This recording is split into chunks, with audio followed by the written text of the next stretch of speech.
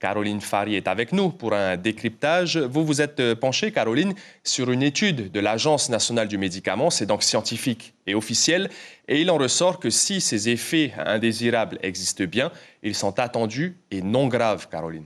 Tout à fait, Marouki. Alors avant d'évoquer ces effets secondaires, ces effets indésirables, parlons de l'impact de la vaccination sur les hospitalisations.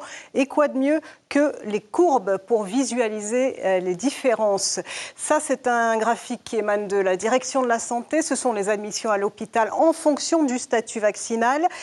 Entre le 6 juin 2021 et le 10 août 2021, donc environ 2 mois. Vous avez ici la courbe des personnes non vaccinées en bleu ciel et vous avez ici la courbe des personnes vaccinées en bleu foncé. Eh bien, cette courbe, elle remonte excessivement à partir du 15 juillet, on va dire.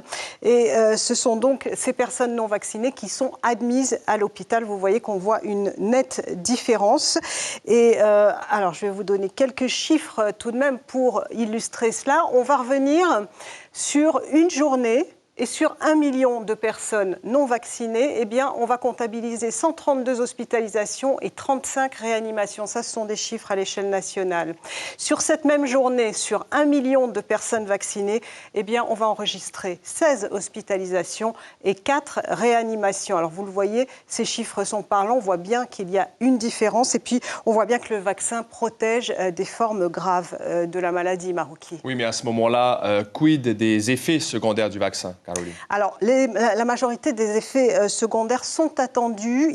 Ils ne sont pas graves, selon l'Agence nationale du médicament, qui nous donne ces chiffres-là. Le total des injections depuis le début de la vaccination, 83 586 000 injections ont été faites jusqu'au 19 août à peu près, depuis le début de la vaccination. Et sur ces chiffres-là, seulement 78 639 effets indésirables. Ça, c'est bien sûr depuis le début de la vaccination.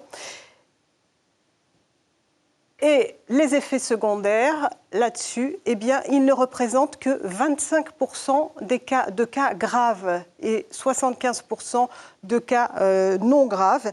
Et donc, au total, cela représente 0,1% d'effets indésirables qui sont recensés, tous vaccins confondus, et seulement 2 décès enregistrés parmi ces cas d'effets secondaires. Alors, c'est malheureux, évidemment, les décès, mais ça ne suffit pas pour retirer le vaccin de la circulation au regard de l'effet bénéfice, du rapport bénéfice-risque prôné par l'Agence du médicament, Marouki. L'information en continu sur Polynésie la première, Internet et réseaux sociaux.